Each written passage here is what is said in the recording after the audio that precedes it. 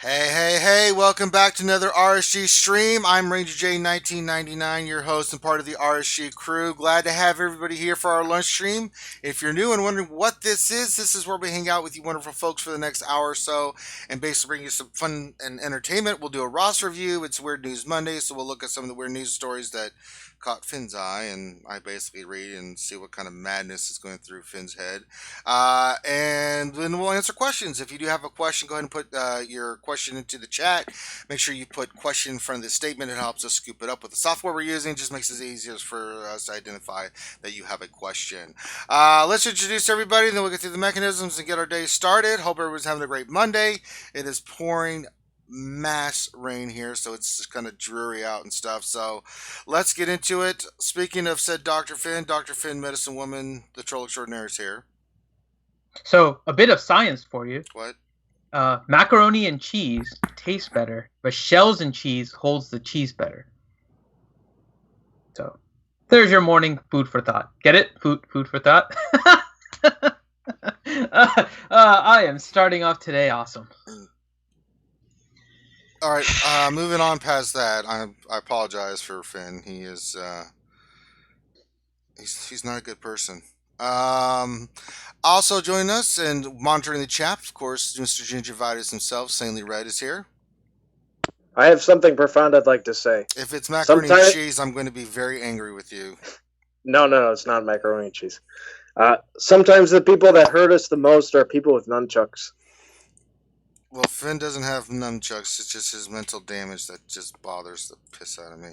I do have nunchucks somewhere. Yeah, I need to find them. Well, use them on yourself. Also join us, Grim the Mechanic is here. The views of Finity and Sanely Red do not express the views of the rest of the RSG crew members. Yeah, that's a scientific statement right there. That is very true. That is so true. And then, if you randomly feel a pain in your side, chances are it was Chuck Norris. How did Chuck Norris get brought into this? Why is Chuck Norris is brought into everything? Do you not know who Chuck Norris is? No, I've never heard of the dude. Whenever something happens, it is Chuck Norris. Right. And then you blame Finn. Well, yeah. Those are rules of life here. Blaming Finn part, yeah. All right, so a couple quick things. Make sure you give us a thumbs up on the video. Subscribe if you haven't. If you're watching us live and you like the content, why haven't you subscribed? Then way you can get the notifications of when we are live streaming. We do a ton of live streams. We didn't do a D&D campaign because it was Veterans Day. Again, shout out to all the veterans out there. Never forget. Always remember. We appreciate all your guys' service. So we didn't do a D&D campaign. We will have one next Sunday. So that'll be the only change. The rest of the stuff will be normal throughout the week. But we do a lot of live streaming. And if you'd like to know, then by all means, make sure you check it out. If you haven't checked out our Patreon and you'd like to support us and keep the streams going, we do have our Patreon, and we have different levels of Patreon that you can check out from $5 to $25. So if you'd like to become a Patreon sponsor, please check out our Patreon page, and then we will get to the ACS stuff at the end of the stream. Got a lot of exciting stuff for the ACS. We are going to be running a half marathon in April, so get ready for that. We got a lot of fun stuff planned. The drive to 15,000 is well on its way, and things are going very well, but we'll break that down at the end. All right, we have a Ross review today. We always do a Ross review on these, and today we are doing Prismatic's profile, and they are Dragons of the Dune Sea. But we know Prismatic as somebody else, don't we, Dr. Finn? Yes. He is also named as... Wait. Sorry. I was going to say Dillhole, but that's me. Oh, yeah. It's Camille Buhalski. Hello. Hi, Camille Buhalski. How are you? Hello. Actually, welcome to the program. You're pronouncing it very well now. Well, yeah, you only berated us for like 3 weeks to make sure we said it right. Grande, you give it a shot now. Mecca Lecca High. Heiny Ho. Is that how we say it? That means Camille Buhalski gets a roster review, and guess what? You're getting it today! Look, everybody, it's the Brown Gandalf. Grande, big deal, Pool Boy Patron is here. What's up? What's up? What's up? It's your boy Lord Grande Verga Patron coming at you with another roster review done by someone else in my name. Oh God. And that's science. The pain is The real. pain is very real. All right, Mr. Bahalski. What are you? Let's go this one thing at a time. What are you looking at us? What do you want us to look at first in your roster? Well, basically, the first thing is Arena, because I'm having a rough time after the Revan update with my super outdated EP squad. Well, yeah, that's the issue right there. It makes it a lot hard to win, especially with Treya and Revan in the game, and you have neither. Now, where are you on your Treya farm? I'll have Treya in 3 weeks. 3 weeks. So basically, we're holding water until then, buddy. There's not much you can do. I mean, even the other teams that are out there, like CLS with Chewbacca, JTR, I've seen in there because it can counter in some aspects, but the other one's Basla team doesn't really hold up well. So you're kind of in that limbo phase, my friend, where not having Treya or Revan is kind of hurting you. You're still doing pretty decently. You were I would in the agree. top 10. I could definitely tell that there's a lot of effort going into that with that team. So I got to commend you on that for real. Yeah, I'm always finishing in the top 10, but it's like I'm sweating a lot while doing this, and all the battles are going for 4 to 5 minutes, and I'm having a really hard time with this team. But yeah, I can go to a top 10, but the whole top 10 is packed with the 3 Zeta Revans now, and it's just a wall for me from there. It'll help when you get Trey in 3 weeks, buddy. Yeah. It'll help. So It will help. yeah, I mean, It does better than Palps. Yes. Palp's on the team. Yeah, Palps on the team helps, but Trey and Palps, and Trey on the team, and you really need. You could probably run Palp lead with Treya. It's possible. So depending on if you don't have enough Zetas, you could. But I think you're going to be swapping in and out. Which one is leader? I have better luck with Treya as leader, but I've seen a lot of videos with guys doing it with Palpatine as lead. So I don't like Palpatine lead just because it just makes you're just too squishy. It just doesn't do it. I mean, the turn meter gain is great, but it's Treya gives you a much higher survivability. I'm not saying that's I'm just saying let's say he gets her in 3 weeks and he's got 1 Zeta to put on her and he can get her to gear 10, right? What does he do? Right. And that's just get her to gear 10, put the Zeta, but don't put her in arena because that's way too squishy. But I'm just saying he may end up deciding that he wants to do something a certain way or do it another way.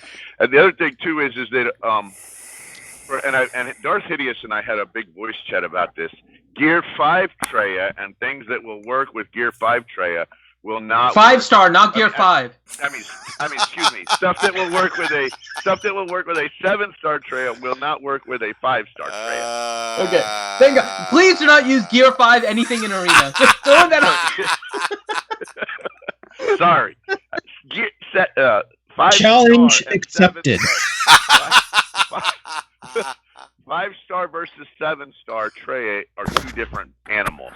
Yes. And so sometimes what you do with a 5-star Treya and a 6-star Treya is different than what you do with a 7-star Treya. Yes, indeed. Now, I have a 7-star Treya and was able to get the Gear 12 pieces. They make a big difference with their health pool and things of that nature. I went all protection with her, and I'm having a lot better success with the Rev teams because they're not just wiping out my Treya now in like the first 2 rounds. So having 7-star Treya does make a difference, but you can have a 5 or 6-star Treya and still do well. You're gonna have to invest heavily in protection. Thrawn's a key piece. Defense mods, you're gonna have to do a lot. It's Thrawn I use to basically, his first move is to add more protection to her and speed her up, and then she does her thing and adds more protection, and then it's like I just let Palpatine's thing do its work because it just wears Palpatine just sits there. and His just whole job wears is them to down. not die. His Yeah. whole job is to not die on that team. Basically, Yeah. and Yeah. you know, so you know, and it's a pain in the ass team, especially because most people are running it with Basla, Jolie, you know, Grandmaster Yoda. It's a pain in the ass team, but it can Yeah, be the beaten. Jolie makes a big difference now. Yeah, I always me. I always isolate his monkey ass and with Traya and burn him down. I don't even, you know, I'll fracture Yoda, and I don't care that Revan's doing his thing. I'm going to get Jolie off the battlefield, and it makes a big difference because, you know, you're keeping Yoda from hitting you, and then you get rid of Jolie, and with isolate on, he does not revive, and then it's just a matter of wearing them down and working them down, and it's a longer fight, but it can be done. But it's all about keeping your tray up as long as possible and getting that isolate on there, so you can use your big hits and stuff, and getting their Jolie off the battlefield, and then, you know, getting the other characters. I don't worry about Bachelor or General Kenobi. I just go Yoda and Revan. I'm burning them down as quickly as possible after that. So, but let's hold water. There's not much you can do, my friend, until then, until you get Trey onto the battlefield. And hopefully you're farming the Old Republic, so you, when Revan comes around, you'll be able to get Revan next time he comes around. So where's his Enfys? I don't know. His Enfys is kind of low, 46 star. Yeah, I'm finishing the farm now. Gotcha. I'll have Enfys in like 3-4 days. 7 star. So there is a. Okay, so don't work towards this because you're a little bit too far away from it, right? But I'm just gonna. I'll throw out this team as a potential team for maybe other people looking for something that can succeed against the Revan team. And it's a Zeta Maul lead with Scion, Nihilus, Emperor Palpatine, and then Enfys. Is basically the same concept, except you don't have Traya. Now, not having Traya hurts, but you need a Sith, so you can't use Grand Admiral Thrawn, which means you don't have an Isolate and you don't have a Fracture. That's where the difficulty comes in. But you could potentially put in Palpatine there. He's a Sith, so he should get a Stealth, and his Unique will make it so that the opposing Revan team will start taking damage repeatedly. So just something to consider there. Now, again, you're a little bit too far away. I wouldn't invest your stuff in Maul right now because your Maul is only gear 8. You'll also need a Zeta on his lead. Don't do it. This is just kind of a general suggestion if you're looking for something that may work better than your Palpatine team. All right. So we'll have to play around with your team a little bit more on the arena side. For now, just do what you can, my friend. That's all you can do. I mean, there's... So, you know, between two, just focusing on Traya and Bastila, it's better to go Traya, yeah? Instead of just trying to gear Bastila. Well, I mean, let's look at where your Bastila is and just your Jedi in general. If GG will cooperate with me. There we go, GG. Come on. How far away are you from getting Revan next time it comes around? He's not close. I'll be ready. You will be. You have Bastila at 4-star. You have Jolie at 3-star. Yeah. Are you sure you'll be ready? Yeah, I'll be ready. Don't worry. Okay. Just making sure because all of them are pretty much either 4 or 3-star. Your Jedi are nowhere near where they need to be to consider even running a Bastila team, just a regular Bastila team. I mean, you've got the pieces that normally people run with Kenobi, Ezra, Hermit Yoda, Grandmaster Yoda, and Bastila. But unfortunately, Bastila's 4-star. She's gear 7. Grandmaster Yoda's 7-star, but he's gear 7. Hermit Yoda's 6-star, and he's only gear 5. You have to get them to a minimum of gear 11. Same thing with Ezra. They have to be gear 11. They just don't do enough damage without that gear. I mean, Bastila, you can run it at 4 stars, gear 11. She's fine, right? Because of what she does. She's just there for her leader and her buffs and stuff that she does. But you're way behind on the Jedi team, so it's not even an option for you. So your best option is to really stick with the team you're running. Just do the best you can until you get Traya. Once you unlock Traya, her priority gear and Zeta's on her. If you're not saving up for her right now, you should be with 3 weeks to go, because in 3 weeks, trust me, you're going to need 2 droid collars, a shit ton of Carbantes. You're gonna need 2 Zetas. So if nothing else matters other than having that gear ready to go for Treya when she unlocks. Nothing else matters. So that's my other question. I have enough mass for Zetas already. So all right. So then, where should I spend them on? We'll have to go through your roster. 2 are off limits because they're for Treya. Let's look at your Sith team first. I just want to see what Zetas you have. Oh, for God's sakes, GG. Eventually, I'll get there.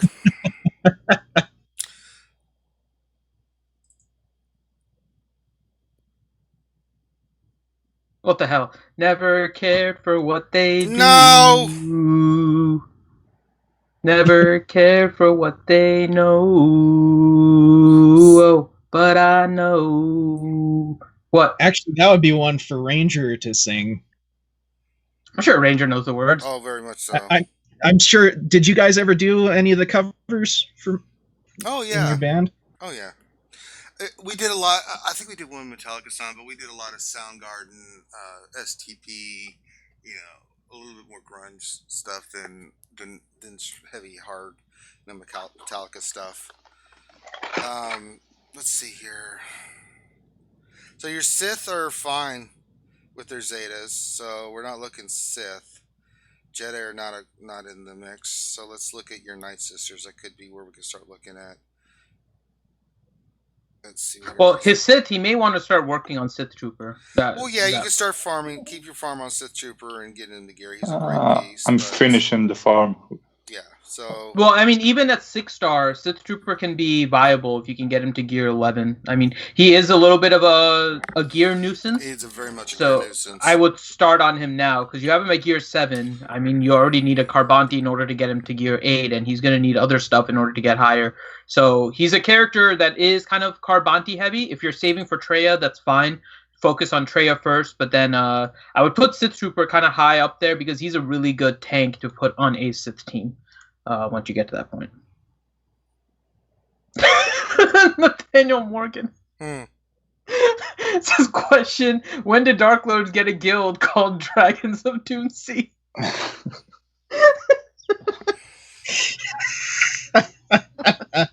No, Nathaniel Morgan, that's wrong.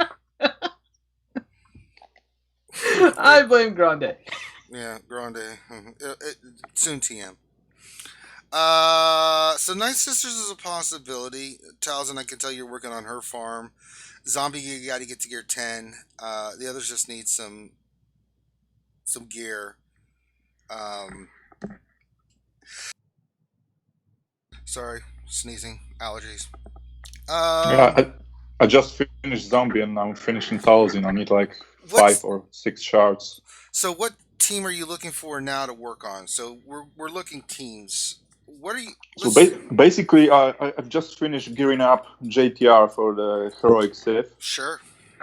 And now I'm maybe switching to Night Sisters or Chex Mix. I don't know. Well, so let's look at. I know you already have Han and stuff. You need to take BB-8 to gear 12, by the way. Let's look at your Imperial Troopers. Imperial Troopers are in pieces. It's a team. Are they Reese's Pieces? So, General Veers, you need to keep farming, right? Death Trooper, you need to get 2 pieces. You need to start focusing on, right? Veers to 7 stars, and the Death Trooper, if you want to run Chex Mix, you got to get him to gear 11 at least. Even without Chex Mix. Death Trooper is one that you want to get because he's one of the few characters that has an ability cooldown reduction. So Death Trooper is just one of those like utility characters that's hard to replace, and he, as weird as some of this is, he is a potential plug and play on a lot of teams because of his AoE reduction, and you can team him up with Thrawn, and you don't have to worry necessarily about his speed. So Thrawn can turn meter swap with Death Trooper and reduce all the abilities. So Death Trooper is a character that you definitely want to work on. Definitely Veers, like Ranger said, and I wouldn't neglect Shore Trooper either. Because Shore Trooper is a really good tank. He has the ship as well, and based on the fact that your shore trooper is 6-star, I'm also guessing that your Reaper is not 7-star, and so you could Reaper is potentially 7-star already, Yeah, and Shore look is at like you. 10 shards from 15. Really? It's showing 6-star. Is this outdated? It's showing your Reaper as 6-star. It's definitely outdated. I don't know. Let me check. Maybe Okay. it's just. Repeat after me, Camille. It's Finn's fault. No, Reaper is 7-star. Yeah. Hold on. Let me. So. Is it showing a 6-star on yours? Because it's showing. Damn it, Finn, giving us old information. God, Finn. I am not. I am looking. Hold on. I'm checking right now. I'm looking at his GG page. Unless this is like a. This is why we can't have nice things. I know. Yeah, GG is definitely showing your Reaper as 6-star. It's level 62 6-star is what it's saying. Your TIE Reaper is 6-star or 7-star? Okay. Yeah, I finished like yesterday or 2 days ago. Maybe that's why. Actually, Well, I it finished. updated an hour ago. Okay. I'm I'm fine with that. As long as, okay, if your Reaper is 7-star, that's good. So how close are you to Shore Trooper then? Because you should be close then. 10 shards or something like this. Okay. So you're That fine works. there. Actually, I finished Bosk 1000 Zombie Shore and a Reaper. Bunch of 20 energy nodes in last week. I want to look at your bounty hunters because I didn't see Chewie. Yeah, Chewie is 6 stars. Yeah. So priority. Okay, you got 7-star boss with the Zeta. Good. So let's get him to gear 12, at least gear 11, for the next time. And that should be enough, yeah. Oh, absolutely. You got Dengar. Probably want to take him to the gear 9, gear 10. But you just want to be able to survive, because once he takes a hit, he's going to keep them from debuff, from going into stealth, and then Zeta boss, you're fine. I love this Zeta, Yeah, but it's a great team to use on territory wars and dark side territory battles. I mean, I use that team outside of what is required because it's so good. You just go in there and they just don't lose health and protection, and they just rake. So I wouldn't worry about the newer bounty hunters. But if you can get your old bounty, they're all 7 stars, which is good. It's just a matter of getting gear. So let's focus on, so there's a lot of different areas that we can focus on. But let's focus teams at a time. If you want to focus on finishing up your bounty hunters first, right? At least getting boss to gear 11, right? Greedo, Dengar, maybe one more, right? Get them to gear 10, get 11. Good, right? Then let's focus on another team. Let's go to Night Sisters. Let's start investing 2 of the Zetas on Asajj lead and Talzin's unique, right? Her Plague Bearer. But we have to get them to gear as well, right? So those are 2 teams that you can start focusing on. So let's get those teams to gear 11. That's all we're shooting for is gear 11. Same thing with Death Trooper. We want to get him to gear 11 so he can be a viable piece that you can use in different situations like Chex Mix and things of that nature. And then let's continue the farm that you have for the characters that you are farming. But for gear wise, we'll focus on one team at a time. Let's get bounty hunters up a little bit so we're ready for the Chewie event. When it comes back around, let's get Night Sisters, because Night Sisters are overall a really good team in all the phases of the game, except for PvP. But in territory wars, they're really good. They're also great in territory battles, and for the raid, Heroic Sith raid phase 4, they are just ridiculously good. I mean, that could really help your scores out. So if you want to go Night Sisters, you could do this. Actually, I would say do Night Sisters first, so we can get you that phase 4 team, and then go back in and work on your bounty hunters, because you got plenty of time before the Chewie event comes around to get them ready. You've got the 7-star Zeta boss, so it's not like you're going to be crunched to try to get them up a couple gear levels. You'll know about it ahead of time, and you'll be able to put some gear on them and be ready to rock and roll and finish up your Chewie to 7 stars. So let's work on Night Sisters first. Let's put the 2 Zetas on Talzin and Asajj Lee, Talzin unique, right? Let's save those other 2 Zetas for Traya because she's getting ready, and let's start saving up the gear there. But let's start working on getting your Night Sisters team completed. After looking through your entire roster, I think that's going to be your best bet right now. Finish them up, and then you start going down the line. Finish bounty hunters. Finish Imperial troopers. Finish your first order, right? Get them to gear 11. Gear 12 will happen as you do raids and stuff and get gear pieces, but let's focus in on like That's your plan of attack. We've got 2 legendaries that we need to work on. One is Chewbacca, or legendary or higher. One is Chewbacca. We need to get him 7 stars. The other one is Revan. Now, if you're going to be ready for When Revan, do you think the Revan will come back around? your guess is as good as mine. I have no idea. Soon, TM. I mean, Yes, soon TM. Or maybe TM.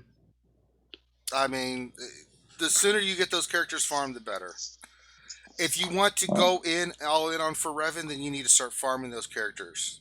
I'm farming them already. So, if it comes to Cantina farming, I just want to finish the Sith Trooper and focus on the both Cantina Revan characters. Finish what you're doing. Finish up your Sith Trooper, and then you can go back and work on those characters for the Old Republic T3 and mission, right? And there's no big hurry. Just do your normal farming for right now. And, you know, you don't need to spend a lot of crystals other than maybe a 50 energy refresh or 2 to make sure you have enough to do Bastila, Jolie, Zalbar, right? And what other ones you're doing. If you want to do 50 refreshes a day, so you're adding additional farms for any other hard nodes that you're working on, that's fine. So you're spending 150 a day, but you're making most of that back by just doing the dailies, right? Plus the extra you're getting for your PvP, which is 150. So you're still making crystals from doing it that way. It's a slow, methodical farm, but it works. Now, the thing that I did, and I'll pull up my roster real quick, is, so my plan of attack was, when I was doing mine, I wasn't doing the ship battles with any of those characters.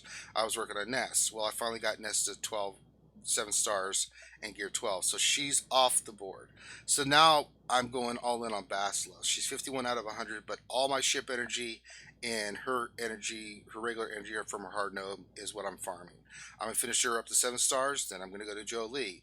But at the same time, I'm doing Jolie's regular hard node farming, just regular hard node farming, get a couple shards a day, and then same thing with Zalbar. But once Basila's done, then I'll start doing the same thing for Jolie, add in his ship. And then when I get done with that, I'm going to go all in on Zalbar. Now for T3 mission, I just do my 144 a day right now. It's slow, it's methodical, but it's slowly. Conventional wisdom says it's going to be here in February, right? Yeah. So, even if it gets here sooner, I'll be in a great position. Well, it depends on how you want to look at it, right? The conventional wisdom, I think, Grande, what you're talking about is just based on what we think the release is, like what they're trying to lead Revan up to, right? With the Sith month being February. But if you look at it in terms of a 3 to 4 month cadence, right, it could come as early as like early January, potentially. Early January, but February. So February is probably safer, but yeah.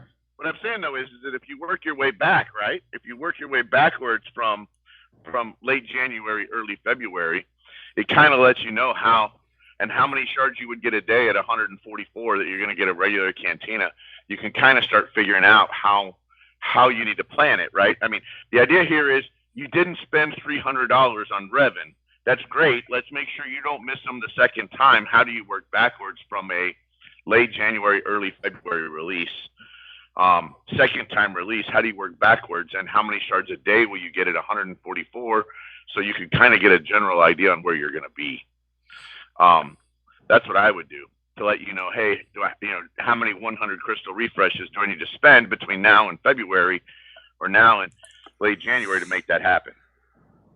I'm honestly, and I don't know if you just haven't started up your characters or whatnot, but I'm more worried about your hard nodes than I am your Cantina ones, to be honest.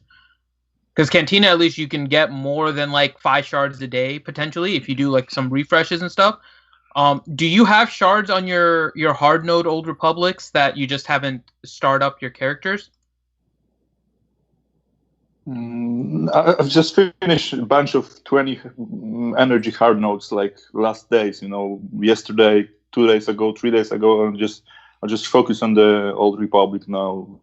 Okay. Mainly on this. So. Okay, because here's what I'm seeing, and this is why I told you I was kind of concerned about your Old Republic when you were saying you're going to get it next time. Your Jolie's at 3-star, your Zalbar's at 3-star, your Bastila's at 4-star.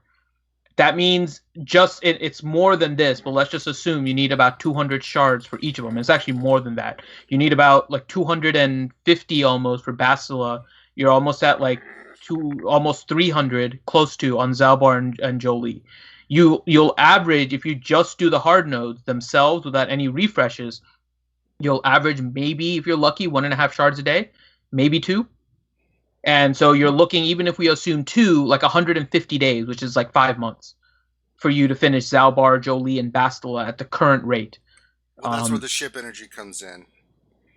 Yeah, so you can use your ship energy for that. Yeah, but you're still stuck on Zalbar, right? Zalbar you're still stuck on one of them.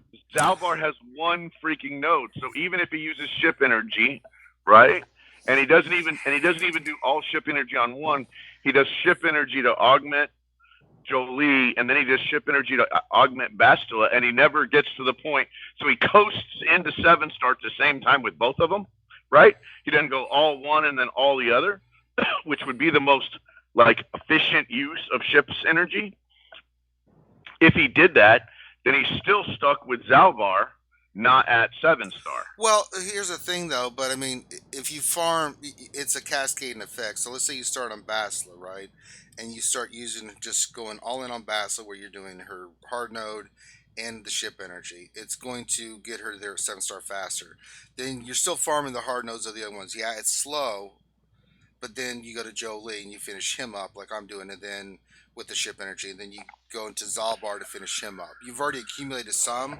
Now you're doubling down. Zalbar doesn't have a ship's node, though. He does. He does. Does he really? Yeah, he does. They all have a ship node, but the only problem is those are 20 hard nodes on an area that you're not going to refresh. So you're only adding about 1 to 2 extra shards a day on one of those 3 characters. You can get a little bit extra on another one. Potentially you can get 1 extra one. So let's just say 1 to 3 shards potentially a day that you can get. But you're really pushing it with assuming a 3-month time period that you have for the next Revan. Your hard nodes are going to be difficult. Well, I think just stick with that plan for now. We don't know when Revan's coming back, so this way you're speeding up the process and you're getting your farm. Just and if it's March or April, then he's fine, right? Yeah. Right. But even if he gets to February and he's close, then he can start doubling down, refreshing the nodes. Plus, I can buy with the crystals. I'm doing fine in arena, so I got a bunch of crystals. So there you go. Yeah, so you'll be fine. Yeah, that's true too. So as long as he's stashing crystals, he should be fine, and then he can just work it as best he can. But that means you are going to have to kind of hoard some crystals, and you'll be fine then. Yeah, but just make sure you are aware of the timing, right? Because you're cutting it kind of close here, assuming that it's February, and that's just kind of what we're assuming at this point. But just realize kind of what you may need to do once he gets to that time period. Mm-hmm. So if it comes to all crystals, goes wrong, blame Finn. Yeah, basically. Yeah. If it all goes wrong, blame Finn or Grande. That'll work too. Stupid Finn, stupid Grande. Yeah, if it comes to crystals, I just use the 350 energy refreshers and then spend all the rest on stun guns and all other gear. Sure. Yeah, I mean, it's a solid plan. Just stick with that. There's no need to panic farm or anything right now. And the way you do T3 mission is get 1 to 5-star, then go get the other one to 5-star, then get 1 to 6-star, get the other one to 6-star, then you go all in for 7-star and 7-star. So you're bringing them up one at a time. So you're not, you have a T3 that's at 7-star, then a mission that's at 4. At least you're close. And in case you do have to use, like, say, you have to buy a pack for one of those characters specifically, it's to help you finish off, not to. You can take mission straight to 7-star first, honestly. Nah, go because T3 has his own pack. He's like the only character that gets like his own pack. And then mission is actually much more useful than T3 in my opinion. Like if you can get Zalbar up, the combination of mission and Zalbar is just good. So I don't necessarily mind having mission being 7-star first and not taking up T3 and mission evenly. But again, it's up to you. But I don't necessarily mind taking mission up to 7-star. Because chances are both of them are going to end up 7-star before the other 3. And you're not going to, if it comes back again, you're not going to buy that $6.99 crystal pack with the chance of getting both mission and T3 and just wasting your crystals. So. And I ended up with Bastila 7-star way before Jolie and way before Zalbar. But it could have just been because of she came out first when she was released. Yeah.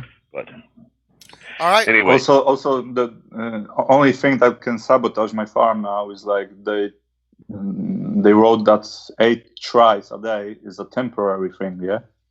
Yeah. Oh, that's true. That 8 tries a day, because now hopefully that's permanent, and hopefully the 20, and you're not doing any refreshes yet, but hopefully the refresh the node for 25 is permanent too, so that if you did have to get down to the end, you could do the 25. Let's say you had 4 done and you were waiting on 1, then you could maybe potentially refresh the node to try to get it done faster. And hopefully you don't get distracted by some of the other stuff that's going to be dropping. Like C3PO. Mm-hmm. Yeah. They could very well come out with C3PO. They could come out with something from Millennium Falcon. Yeah. Yep. But don't get distracted by the new shinies. You got to focus on what you got to focus in on. We've got Traya, we've got Chewbacca, and we've got Revan to work for. So, and we've got some other teams that need gear and a little bit of love. So let's focus on the plan we laid out for you, and you should be good to go. Okay. All right. Or it could be the Millennial Falcon. It comes into battle, goes meh, and just leaves. No, that's wrong. God damn it. The Millennial Falcon. And it would be piloted by L3 by herself. Jesus Christ. All right, we're moving on, dickholes. She just comes into battle. All the droids and ships are free, and she just runs away. Stupid. All right. Anything else, Camille Blowski, we need to look at for right now? I was thinking about the mods, maybe. Sure. Just a quick look. Mod. As long as Grande's head doesn't explode, you're fine. I'm here. I'm here. No. Let me, I'm looking. We're hoping your head doesn't explode. No, you're fine. Your mods and everything look fine. They're heavily on your arena team. Good. Obviously we're looking to change that a little bit, but they're on your arena team, which is good, or they're on a character where it makes sense, or potentially you just ended up throwing it on the character. Like I see a 14 speed on Talia, which is a little bit of an abnormal thing, but it's the level 12, so I imagine you just kind of threw it on her. But most of your mods are there. What I'm noticing though is a lack of speed set. There's a couple 12s. There's a couple 12s that we could level up potentially. Yeah, you have a total of 11 speed set mods that have double-digit speed secondaries. That's not a lot. And that's a nice crit damage mod sitting on first order officer, which seems a little strange.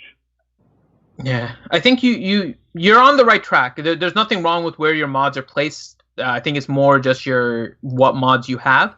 You just need to work a little bit, in my opinion, on the speed sets, because you're lacking a little bit on speed set mods. Your mods themselves are placed fine.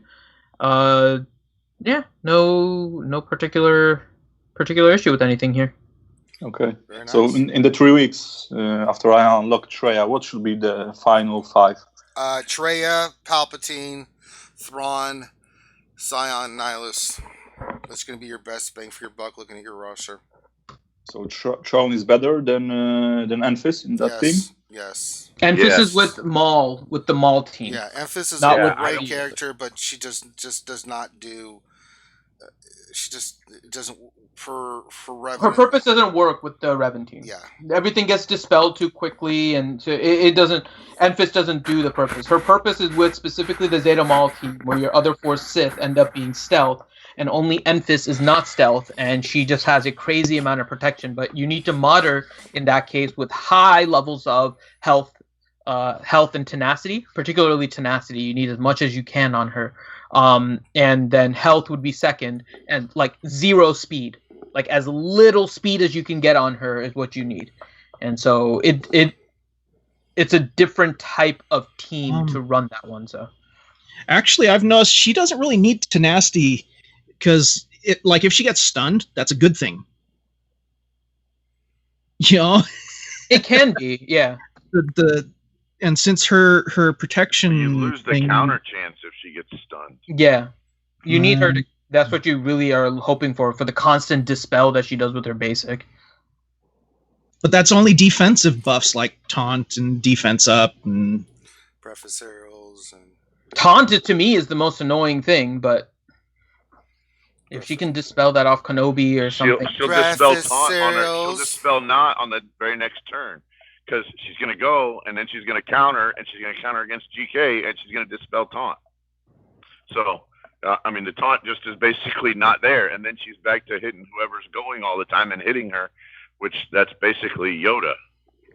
So, but the and if you got GK on the team, that means she's also dispelling She needs to get rid of immunity. Foresight. I want her to get rid of Foresight. I hate Foresight. Foresight is the most freaking annoying ability because of Yoda. God damn it, that stupid little monkey jumps around all the time, and then everyone gets that stupid eyeball above their head, and I just want to take my phone and throw it against the wall because that eyeball is staring back at me. The stupid Foresight is the most ridiculous ability ever, and it needs to go away. Okay. This has been Rantings of a Lunatic Fifinity. You just cannot be resisted or evaded on every character, and then you're fine.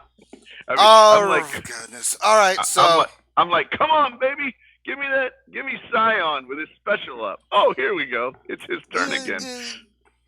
All right, so that covers anything else, Camille? No, I'm fine. Thank you, guys. All right. Well, glad you let us look at your roster. Hopefully that helps you out.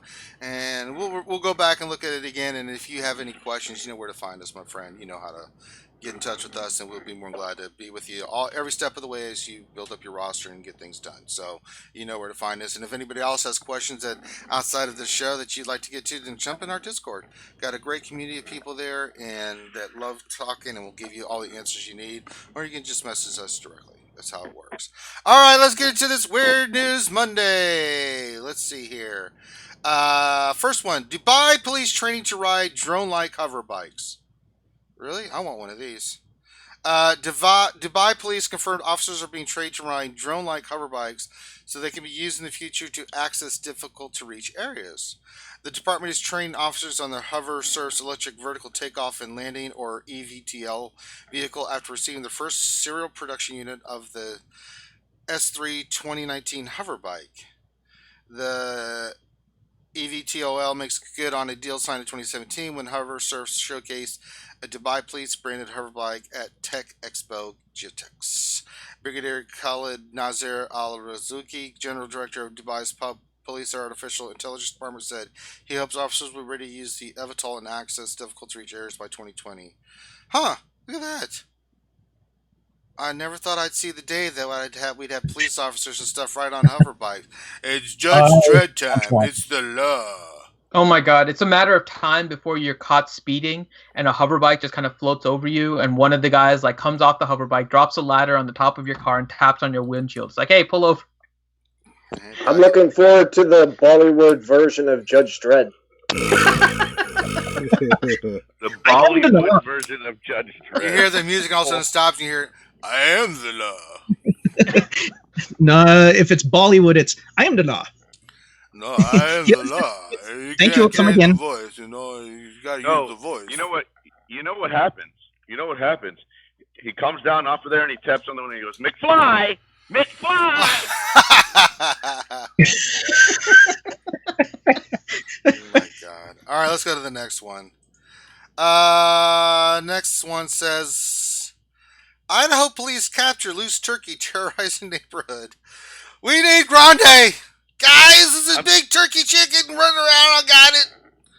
I'm telling you, these guys are dinosaurs with feathers. They are straight up killers. Police in Idaho said they rounded up a loose turkey that was terrorizing the neighborhood and they were searching for its owner. The Shoshone Police Department said in a Facebook post that a loose turkey spotted on North First Street was terrorizing the neighborhood.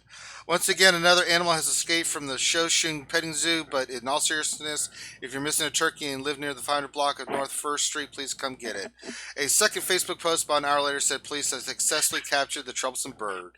Police said that the turkey is being kept at a petting zoo until the owner can be found. Hey, you know it's a small town, right? When they're like, if you live close to First Street in Tremont, come get your turkey. You know you live in a small town, whenever that's what the article says. Right. The department encouraged anyone missing a turkey to call them and follow some specific instruction. You must say gobble gobble when they answer the phone, or you can message us directly on our Facebook page, in which case you'll have to do an embarrassing dance to get your bird back, the post said. Well, at least they're having fun with it. That's right. And you know you live in a small town where they say, call the police department at number 24. Can you imagine Grande? Just seeing that. Carol, your turkey's loose again. It's not just call 24, Grande. Have Sarah connect you to number 24. Yeah, have Sarah connect you to number 24. Look at the size of that cockadoodle, guys. It's huge. All right, next one. Owl pack climbs into backseat of taxi cab in Peru. Well, okay. A surprise witness on a parole route captured video of and it's not of an unusual sight: an alpaca being loaded into the backseat of a taxi cab. Andre Mendevel posted a video to Instagram that said he was filmed by his father on the streets of Cusco, Peru. The video shows a woman and a young girl get into the backseat of a taxi with an alpaca, a large llama-like animal. Medieval said the spectacle was something different. My dad caught this in video while walking around the streets of Cusco, Peru, he wrote.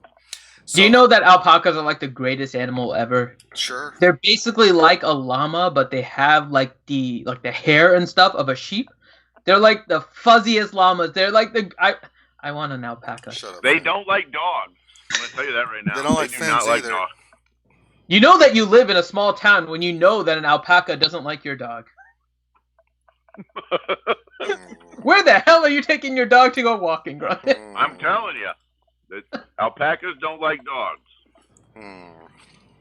The alpacas are so fuzzy. They're like Shut llama up, Finn. That's enough out of you. llama sheep. Oh my God, we're moving on. I'm getting off that. All right, Nevada City cooks up 5,039 pounds serving of nachos. Oh my dear Lord. A Nevada City announced it cooked up a 5,039 pound serving of nachos to break a Guinness World Record. The city of Las Cruces said that the 110-foot-long serving of nachos was prepared Saturday at the Plaza de Las Cruces as the centerpiece of the Noche de Nachos event.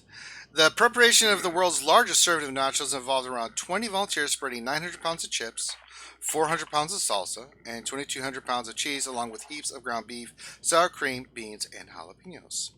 Marcy Dickerson, owner of the Game Sport Bar and Grill and one of the event sponsors, said the resulting dish topped the current Guinness World Record holder, a 4,689-pound, 80-foot-long serving nachos cooked up in 2012 at the University of Kansas.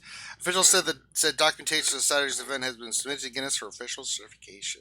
We need to do something like this after the half marathon. I know, right? We'll cut into thirds. I'd sit there and be like, "Oh, so what'd you guys get to order?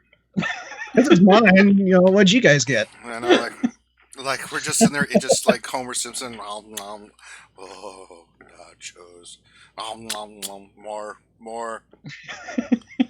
All right, next and final story we have: Old and Rare Whiskey Event Calendar costs $13,000. A British company is offering a unique event calendar featuring 24 rare varieties of whiskey with a price tag of nearly $13,000. Drinks by the Drum announced its 2018 lineup event calendars, including the very old and rare calendar featuring 24 of the most spectacular whiskeys ever created. Behind each door is a drum of exceptional drink from expressions worth euros 19,000 or $24,656.78 a bottle to complex Japanese whiskeys and even a 60-year-old Scotch, the company said. The event calendar, which retails for $12,977, comes in a walnut or ebony finished box, handmade by cabinet maker Simon Jewell. The calendar can be purchased at several online stores which offer international shipping. This is something I will never get. I wonder if this is on Amazon, because then I can put it on your wish list. Yeah, right. No one better not buy Let me me see. Drinks, what is it called? Drinks of the Dram? Drinks by the Dram. Drinks by the Dram. Let's see if it's on Amazon. There are It's a very some expensive buzz. Well, there are some bottles of scotch that are, you know, in the $50,000 to $100,000 per bottle. You know, some of the rarest drinks in the world. It is not on Amazon, but people are definitely searching for it because it comes up in the search results. I tried drinks by, and drinks by the Dram is like the first thing that shows up. So I think a lot of people are searching Amazon for it. Over 9,000? To be honest, if I had the money, I'd freaking buy it. Yeah, right? You just come in like, would you like it? Would you like to try a 13,000? If I had the money, I would buy a cheaper whiskey and get drunk much cheaper. Yeah. It's not the same, dude. Having, Yeah. you know, it's... Yeah, It's- it won't matter. it's- The next day, you're going to forget about it anyway, so... Yeah. Nah. High quality stuff usually won't give you a hangover. That's crazy how... whiskey. Alright, so those are our dreams. They will not be added to the Amazon wish list, nor will we ever see something like this in our lifetime. All right. Dream. No. Dream. Stop it. Dream. Stop it. I will put you on a timeout, Grande. I am not in the mood. All right, let's get to some questions. Doliason, question: are other people having problems with members quitting and not being able to replace them? Trouble recruiting? Nope. Yeah. Nope. Actually, a lot of people Nope. I've talked to have. Yeah. Not the Dark Lords, but a I lot don't of other. have any problems with recruiting whatsoever. Shut up, In Grande. fact, I'm like, we have too many members. Where do we put them? Yeah. Let's start a new Well, guild. for the rest of the With Dark normal. Lords, it's like, resistance is futile. You will be assimilated. Yeah. Right. I'm telling you, but once you're there, you're like, oh, this is so nice. Guys, we're good on recruiting. Get some more chickens, guys.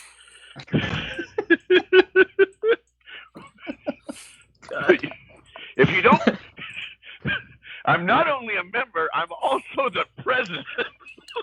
God. Oh Oh my God, Grande.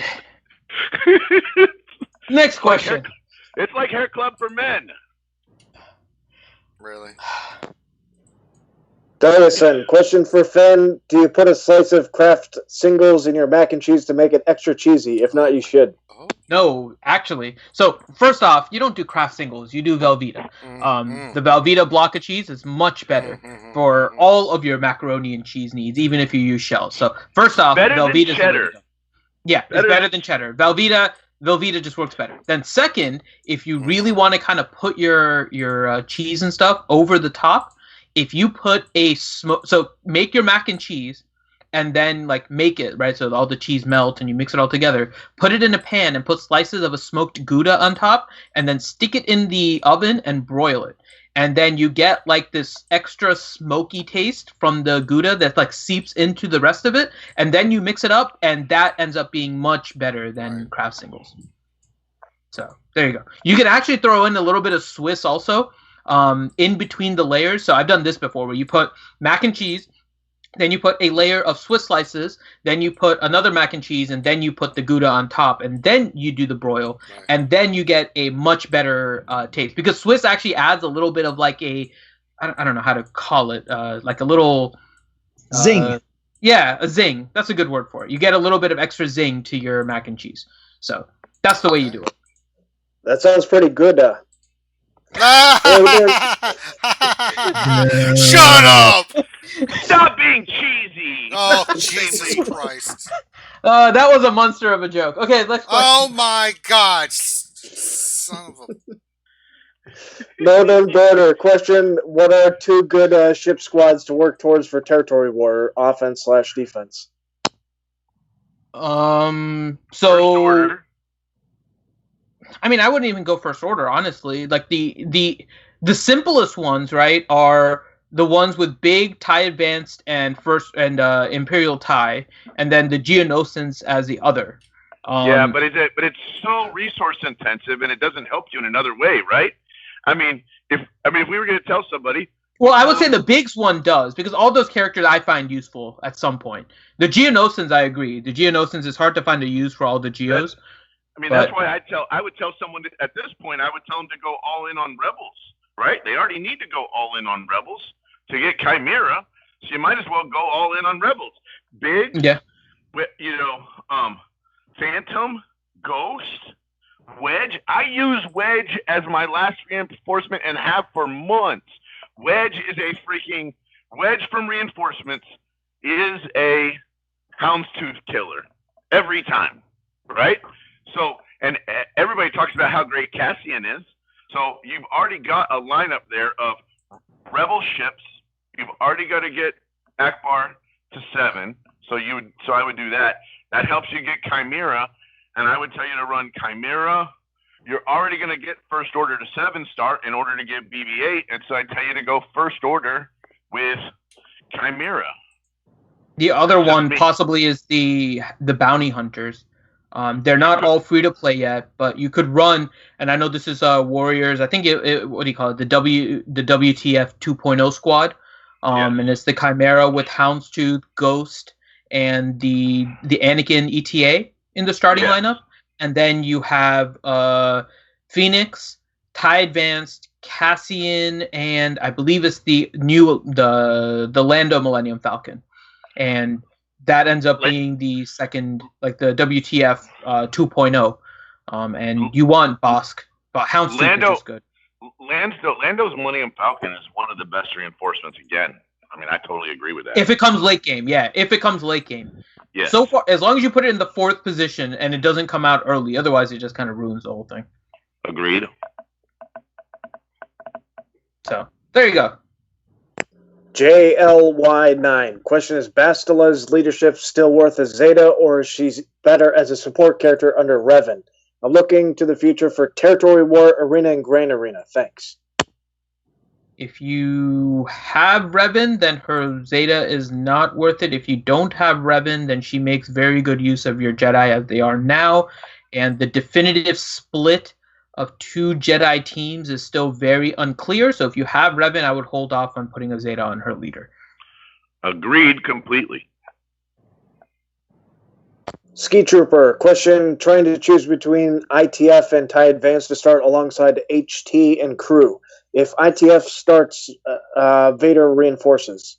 If Vader starts, Poe reinforces. No bugs are viable to run. So the 2 that he has in there, well, which one? Houndstooth and Crew. Crew.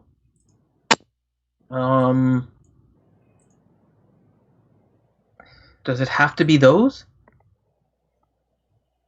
I mean, I would honestly put in something like a Rex. I know he said that the Geos aren't viable, so we're not going Geos, but I don't like TIE Advanced because it might take a turn for Houndstooth to get the cover over TIE Advanced, and TIE Advanced could die in that time period, which is why Biggs works really well with TIE Advanced, because as soon as you hit the target lock, then Biggs taunts.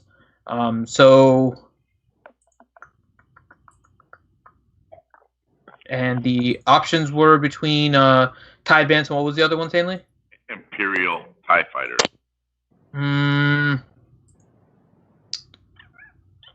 I'd probably go Imperial TIE Fighter and bring Vader out from reinforcements, and probably even bring Biggs out from reinforcements.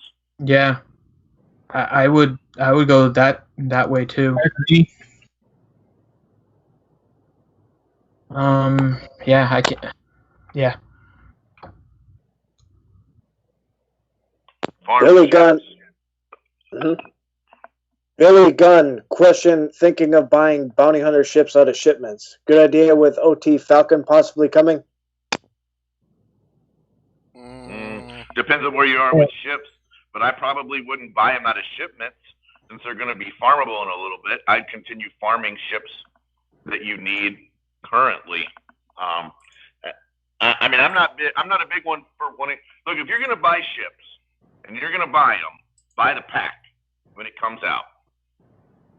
Otherwise, it doesn't. It almost seems like it's not worth it. There's this crazy thing. Why would you buy it from shipments? If you buy it in the pack for cash, for crystals, then you end up with all these extra resources. Or if you farm it, then you get the extra resources. But buying it from shipments means you don't get the extra reinforcement materials or the extra ship omegas. So it's almost like there's this weird thing where you either need to be super whaley or you need to be whaley farming it, but not whaley buying it from shipments.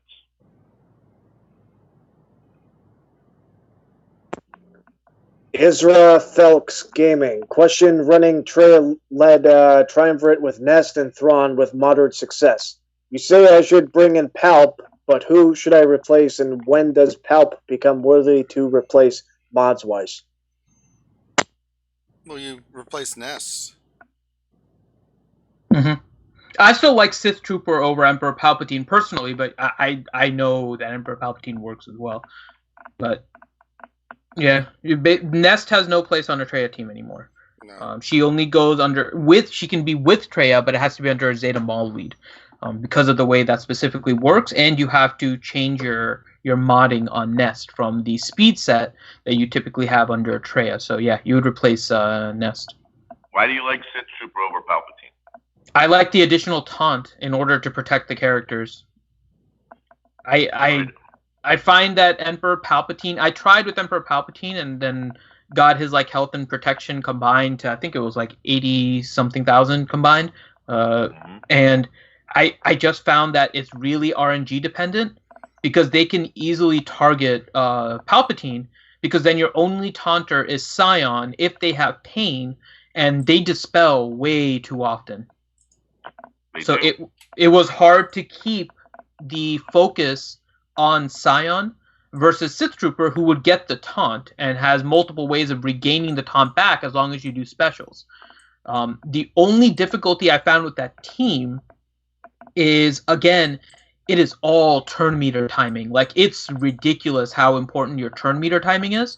There's an RNG timing where your Nihilus... So, essentially, you need Scion to go just before Nihilus, because Scion will do a full dispel and get pain on everyone. Then Nihilus will go and he'll do his cooldown reduction.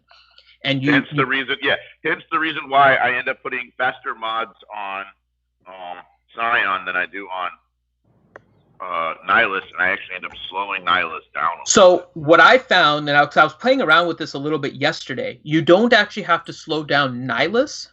What I ended up doing was actually slowing down Thrawn. So I made because Nihilus has too much RNG with his turn meter gain, because if they start hitting debuffs on Traya, he just starts gaining all of this turn meter. You can't time it correctly. So what I ended up doing was put my fastest mods on Scion against certain teams. Like certain teams I can get away with a fast Thrawn and everything works out fine. Because in some people on my shard, like my Thrawn is faster than their Revan, and then there's no issue anywhere. Yeah, but when Thrawn is faster than Revan, it's like, then you have no issue. Like you fracture Revan and it's just like game over at that point. Like you're not getting a mark on Traya and you can survive everything. But if my Revan is slower, then what I did was actually speed up my Scion and slow down my Thrawn. So my Nihilus still ended up going first pretty much because they would put the mark on Traya and do all their other debuffs and all their whatever you wanted, whatever they do, right? That like massive, like two turns of attacking orgy that they put onto Traya. And then Nihilus gets all of this turn meter, and so then he goes, but he can't do his cooldown reduction. He can't do his force drain because all the foresight is up. And so he ends up just using his basic on somebody, so he just does something. But then Scion goes, then Thrawn goes, and Thrawn turn meter swaps with Nihilus, and then Nihilus does the force drain. And then I get a 5 out of 5 pretty much every time. So that was what I had to find in terms of like my mod sequencing. I had to change it around with that team. Depending on who I was fighting, depending on how fast my Thrawn was compared to their Revan. But I like Sith Trooper because he just provides more cover for the entire team during that time period. Because if they're not attacking Traya, they're attacking Sith Trooper, and they're leaving my Nihilus alone. They're leaving my Thrawn alone in particular, who I need to survive, because if they kill Traya and then switch to Thrawn, like it's game over. Then I have no fracture and I have no isolate. So what happens to me is, just by having Palpatine on the team, Yoda kills himself. And so I never have to worry about which character I'm going to take out first, because Yoda actually dies and does the Revan revive just on his own. And so it's like, oh, okay. So now we can actually kill someone, and then we can annihilate Jolie and everything's done. I'll play around with this some more. I mean, both those teams are working against it, but there is a lot of mod sequencing you need to do in order to correctly get that team to go. So even though we're like telling you like this is the team that can be used to counter it, there is a lot of I couldn't win if I didn't have good mods, straight up, and I couldn't win if I did not have a 7-star Traya. I don't think a 6-star Traya can do what I'm doing, or a 5-star Traya. Yeah, unfortunately, there's no like pure counter to Revan, right? Like everything else, you really do need mods. Like that's one of the reasons why I haven't made like one of the videos on how to counter Revans, because there is no like pure counter that I can say, yeah, mods aren't super important. You just need to have semi-decent ones. No, if you're running Traya against Revan, like you need top-notch mods in order to compete against them. And they're different. They're different than what most people normally think of as, oh, this is the God mod series. Just put a bunch of speed on everyone and you'll be fine. And we've all sold like all the crit avoidance and protections and stuff that didn't have speed. Yeah. Anyway, that was a long-winded answer to a question. JLY9 question. I know it's way early to talk Grand Arena, but what do you predict to be the top 5 leadership abilities for the new mode? I'm sure the list will be different based on one's GP. I'm sure the list might also be different based on if they give us special characters like they did in TW, right? I mean, if they end up giving special buffs in Grand Arena like they did in TW, everything could be different. I mean, at the top end, given what we've got now, all of a sudden when bounty hunters and resistance and First Order didn't get all their buffs, magically you don't see them showing up on defense as much anymore. And now we see potentially 2 Jedi teams. We see 2 Jedi teams centered basically around the fact that you've got 2 decent leaders, and they made Mace freaking OP as hell. So, all it takes is 1 or 2 buff differences, 1 or 2, event buffs, and the team is totally different. And the teams you put up are completely different. So, do I think there will be Jedis? Sure. Unless they tell us something like, Chief Chirpa, every Ewok gets 100% turn meter and 100% health on when they do a basic or something silly like that, right? So, if we get something like that, then all of a sudden I'm going to tell you to run Ewoks on defense. So, and it's not, and at this point, it's not out of the realm of possibility to say that an Ewok would get 100% health and 100% turn meter on a basic. That would not be, 6 months ago, that's crazy talk. Today, that's not crazy talk. Who knows? I mean, if they tell us all of a sudden that Gamorrean Guard does death mark on his basic in territory in Grand Arena, right? Which, by the way, Gamorrean Guard probably should do death mark on his basic or death mark on a special. But let's say he did that, then all of a sudden we're going to tell you it's Gamorrean Guard. So I think there's too much unknowns about Grand Arena at the moment for us to tell you, oh, it's going to be this, or it's going to be that, or it's going to be this. What do we know is probably going to be in there? Go look in your arena. Go look at the top 50 people. It's a disappointment. Stop. Go look at the top 50 people. Revan. It's going to be Revan. Yep. It's going to be Revan everywhere. There you go. Revan, and if you're lucky, Zeta Maul, Rambler, and Nest. Revan. Next question. Robert, question: running Traya, Darth Nihilus, Scion, EP, and Nest in Arena. What is speed order? Scion needs to go before Nihilus, if you can make it happen. And if you can't, then he's running Thrawn, right? So he's got a T. No, he's running Nest. He's running Triumvirate, Emperor Palpatine, and Nest, right, Stanley? Mm-hmm. Yeah, so that's not a anti-Revan. That's like old Traya meta team. Agreed. That is old Traya meta. Yeah, so I mean, if you're running that and you're not facing a lot of Revans, and the turn order for that is fast Enfys followed by fast Scion, then a offense and speed heavy Traya, a Agreed. potency and speed heavy Emperor Palpatine, and then a health and speed heavy Nihilus. But Scion and Enfys need to be your fastest. And don't expect it to beat Revans. Yeah, it's not going to be a Revan beater. Unless you got them, by the nuts on mods. Yeah, like your Enfys. Well, even then, right? The tenacity on the Jedi team with. I'm telling you, there are plenty of players out there that have Revan, and I outclassed them on mods to the point where it's, Yeah, but can you beat them with Enfys? I can beat them with the other team we were mentioning. I haven't tried with Enfys because Enfys just seems like a really bad matchup fast. Yeah, I mean, if they're not running Jolie and they're running Ezra, yeah, he could beat it. Yeah.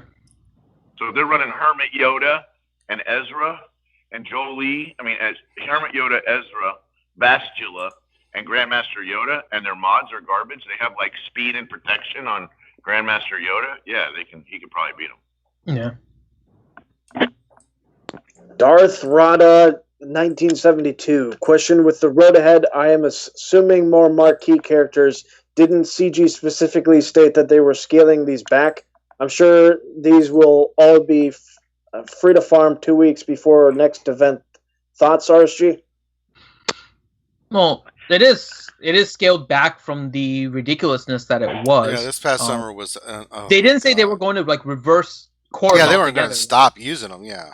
Yeah, they were just bringing it back to normal and then using the old stuff for something. The only way characters have ever come into this game are marquee, erodiums, straight to chromium, and then straight to one of the shops. That's the only way, right? Or the erodiums, events. Or Journey Legendary. Or a Journey or a Legendary event. Well, I'm going to tell you, we haven't seen straight to shop characters since the Rogue One movies, guys. Mm-hmm. And they've already said they're not putting characters in like 3/4 of the shops anymore. Yeah, they shot themselves in the foot with that one. But I think that was a poor choice to not put characters back in shops. And it seemed like a very weird thing to say that. But whatever, maybe it makes them money somehow. But what it means is, and Erodium sucked, and straight to Chromium sucked. So, what am I gonna tell you? Maybe we get more characters with this Grand Arena, right? I mean, with Grand Arena, we could end up with a whole nother store. We could end up with a whole nother shop, a whole nother currency, and a whole nother store, just like we have with TWTB. Please no. Hey, look, you could do Grand Arena, right? And then now you could do Grand Battles, and you have individual TVs. So we've got it covered now for the next 6 months on what we're doing. We're doing individual TWs and individual TVs. And a new shop to stick stuff in. Everybody I don't know. quiet. I'm still surprised people complain about marquees. I mean, it's free characters, free gear, and free mods. Do you guys seriously not like that? Everybody who gets mad about marquees really needs to kind of chill on the marquees, because it's like saying that you don't like Gaddafi and you end up with Hussein as a dictator. I mean, it's saying you don't like one thing that's kind of sort of bad, but is like the annoying stepbrother, and all of a sudden you end up with really bad.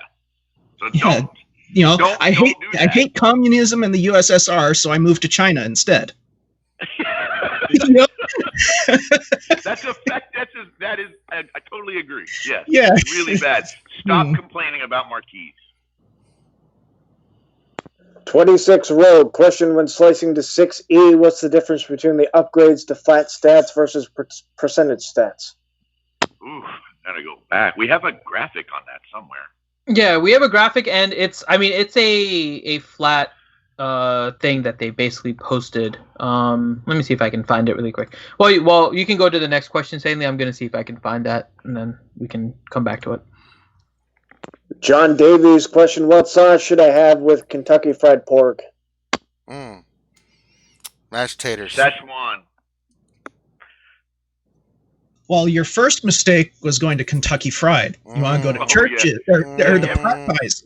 Popeyes, because then you can get the garlic mashed potatoes, which is like crack in a bowl. I can't eat at KFC. Those restaurants always smell stinky to me. I like Popeyes. I like because the Cajun rice is phenomenal. The chicken's better. The mashed potatoes and gravy is great. The garlic mashed potatoes and gravy. Oh, just give me a big bowl of that and I'll be good. Yeah, there you go. Find a local place. Go to a local chicken. Stanley, what were the secondary stats that they were looking for with the last question? I have the information up now. He said in general, not percent versus flat. Okay, so it's not. So it varies based on which stat you're looking at. In general, roughly, it's like a 3 times difference between the percent versus health, the flat. So as an example, a secondary stat, health percentage goes up by 86%, flat health goes up by 26% when you go from 5A to 6E. Defense percent goes up 134% from what you have, and then flat goes up 63%. Offense goes up 202%, flat offense goes up 10%, protection percent goes up 33%, and flat protection goes up 11%. So those are all the secondary stats in comparisons of percent and flat. Crit chance goes up 4%, tenacity goes up 33%, potency goes up 33%, and speed goes up 3%. So By those the are way, all the secondaries. By the way, if you do some theory crafting on it, potentially percent stats make more sense on characters when you get to gear 14 and gear 15. I know we haven't really, I mean, we're not even at gear 13 yet, but gear 14 and 15 starts looking like where those percent stats will end up being a large enough value on a 6E mod that they will overcompensate for the flat stat. That's like a weird thing to be talking about right now. Yeah. Don't bring it up again, Grande. Next question. Helenix, question. I'm trying to farm Mark IV comlinks for crew and OG Kailu, and they're not dropping nor appearing in any stores. Do they ever appear in shipments ever? Can Grande make a call to CG and get me some help here, Mr. Big Deal CG Carries Pool Boy? Also, damn it, Finn. Let's see. What is he looking for again? Mark IV what? Comlinks. The comlinks, the little remotes. The Mark IV remotes that you need to go along with the stun cuffs in order to make the, I don't remember which item it is, but yeah, I need a bunch of those too. Yeah, they do come in the store. They're semi-infrequent, and so typically whenever they're there, I'll buy them. The Mark IV Chedek comlink prototype, that one? Yep. Mm-hmm. That one. Yeah, they do come into the stores. So let me tell you, you need to be farming 8B hard. I farm 8B hard all the time. It gives you both the cuff and the 8B hard dark side. Okay. It gives you both the cuff and the comlink at the same time. That's the main reason why I farm that node. I'm a farmer and I work all day. Yeah, I see those all the time. So they're in the store for me constantly. So they're there. I guess you're just having a bad luck of RNG right now for you there, buddy. Yep.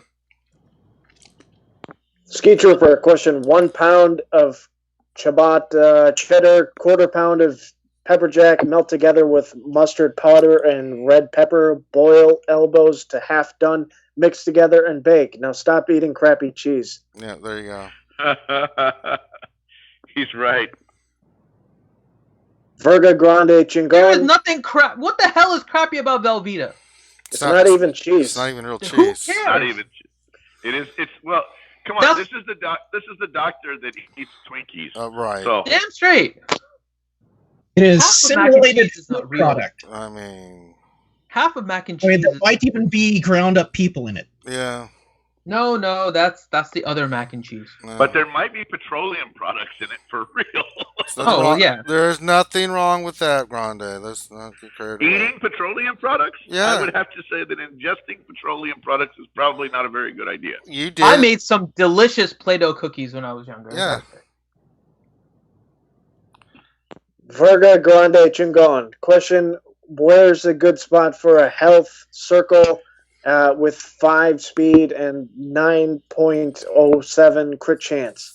The damn speed didn't roll, but the crit chance sure did. What are your lesser characters? Well, no.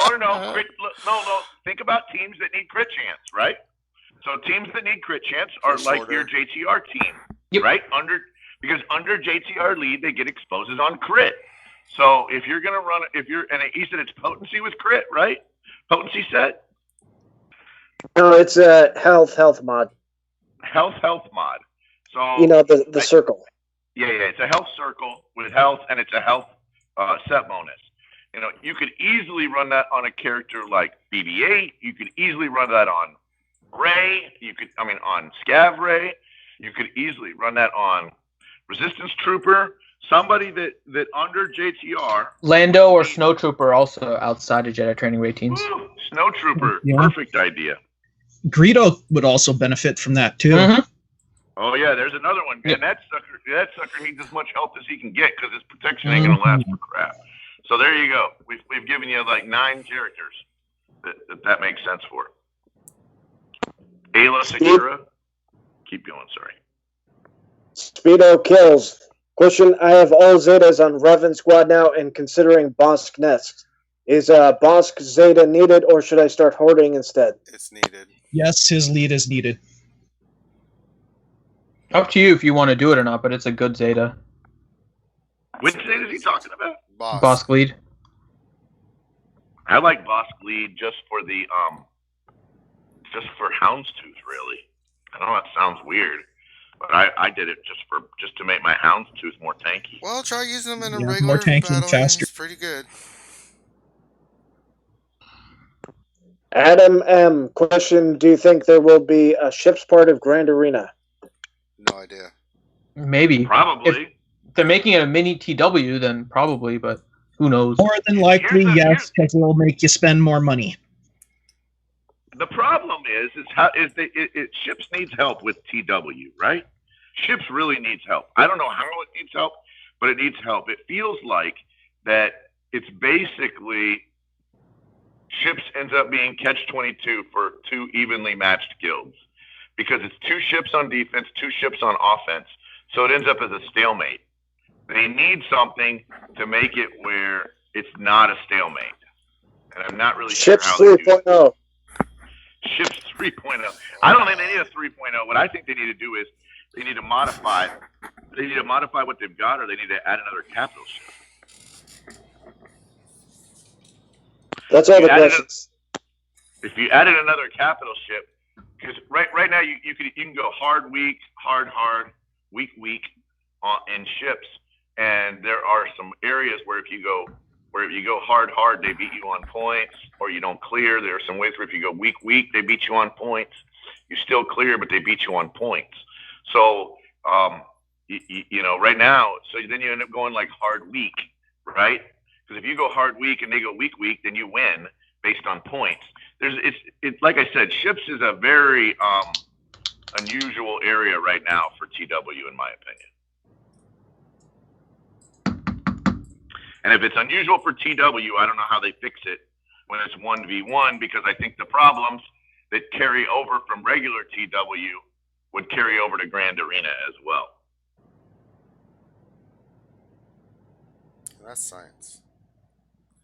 All right, you said that's all the questions there, Saley? Mm-hmm. All right. Well, Dr. Finn, why don't you wrap this up and tell the folks about the ACS stuff we got going on? All right, so we have already started, and we've gotten some good support so far with our 2019 charity campaign. Where are we at? We are at $921, I think. Wow. $921.01. So our charity campaign for 2019 is with the American Cancer Society, and this year it actually kind of hit close to RSG, as one of our original members, Sith Lord Stu, was unfortunately diagnosed but treated for his thyroid cancer. And so we are partnering with the American Cancer Society for our Stu Strong campaign, and we are raising money for the American Cancer Society. There is the links. I believe I adjusted it, so let me double check here. It is. So there are links in the description of the video where you guys can go and donate. And so we have 3 different links there that you guys can go to. The first one is to our Tiltify page. Like we did last year, we have set up a Tiltify in order to do the fundraising, and we have a bunch of rewards up there. We have some challenges as well that you guys can donate to. And we have one big challenge that was added over the weekend, and so I'll announce that here. But we also have some rewards, including a Stu Strong wristband. So it's one of those silicone wristbands. It says #StuStrong on it. And if you guys want one of those, it is listed as a reward on the Tiltify page. And so you guys can get that, and we will mail those out to you once we'll begin mailing kind of in mid-December. Right around the time that we're doing our live stream on December 15th. There are some other rewards and polls and stuff on there as well. One of the challenges was for me, and it was, if the challenge was filled, I would put a Zeta on a character on a poll, and the poll characters were Night Sister Initiate, Clone Wars Chewie, Rose Tico, Bodhi Rook, and Amelin Haldo. And my challenge was filled, and so far Rose Taco is in the lead, although there is some people that are nice and helping me with Clone Wars Chewie, who's at $10.01, I think. Come on, admit it, Finn. You're the one that did the $10.01. I am not. Clone Wars Chewie is at $11.01, and Rose Tico is at 500. So if you guys would like to help me, there's please vote for Clone Wars Chewie. But we have a bigger one too. Warrior from Warrior Presents is also wanting to donate. And if you guys know Warrior, he doesn't mess around with his Zetas. He doesn't have like any Zetas that he really regrets. He's very cautious about where he puts his Zeta. Even back in the day when Arnold was supposed to put a Zeta on a character of choice, I can't remember who it was. But Warrior basically had him put it on somebody that was actually useful because he felt bad. Like he doesn't want anyone wasting a Zeta. Well, Warrior is donating a Zeta for the American Cancer Society. So similar to the way that you guys did for me, there is a challenge up on Tiltify. Oh. Where if you guys fill that challenge, Warrior will put a Zeta on one of the characters in his poll. And for his poll, the list of characters are Night Sister Initiate, Rose Tico, Pow, the one he wants the most, which is Mission Veo, right? So there's one good one. Of course that you guys there is, because if you guys know Warrior, you should be nice to Warrior. You can be mean to me, but be nice to Warrior and select Mission. Or the one that Warrior despises and basically told us that if it wins, we might have to go onto his account and actually put the Zeta on the character, which is Bodhi Rook. Pick the pilot! Go for it, guys! The pilot doesn't have a ship. The pilot! So that is now on the Tiltify page. And so if you guys go to the challenges, you can see Warrior is not a man that plays around with his Zetas. So he really wants to use that for a fundraiser. Yeah, that's what it was. Mox said it. He had Arnold put it in Wampa. Of all characters, he chose Wampa because he didn't want Arnold to waste his Zeta. So if you guys want Warrior to put his Zeta on a character, which he never does, head onto the Tiltify, look under the challenges. You will see the challenge for Warrior and how much we need to raise in order to get him to put the Zeta, and then you'll also see the poll. Remember, we have to fill the challenge first, otherwise whatever happens with the poll doesn't matter. So Warrior's poll is still pending. My poll is completed. So whatever now wins in the poll on the 15th will end up... God, I hope Clone Wars Chewie helps. And yeah, Farquhar said that it was her. Farquhar was nice. Rose Taco for Finn, and let's make this pilot thing happen. Farquhar was nice and voted for Clone Wars Chewie. Well, that's nice. That's going to be Rose Taco. No, please. I don't want Rose Tico. Oh, seeing Finn in agony feels so good. I want Rose Tico. It's not well. You know, there's going to be bound to be stupid statements about how Finn and Rose Tico are now connected, and it's not even the right Finn. God damn it! I don't want Rose Tico. You put her up there, dumbass. You live with it. You didn't have to put her as one that you could. You're the dumb to put her on there. I didn't know people hated me this much. Then you're an idiot. You're the one who was kissed by a rose. No. They're trolling the troll extraordinaire. There you go. Everybody hate me. Stop it.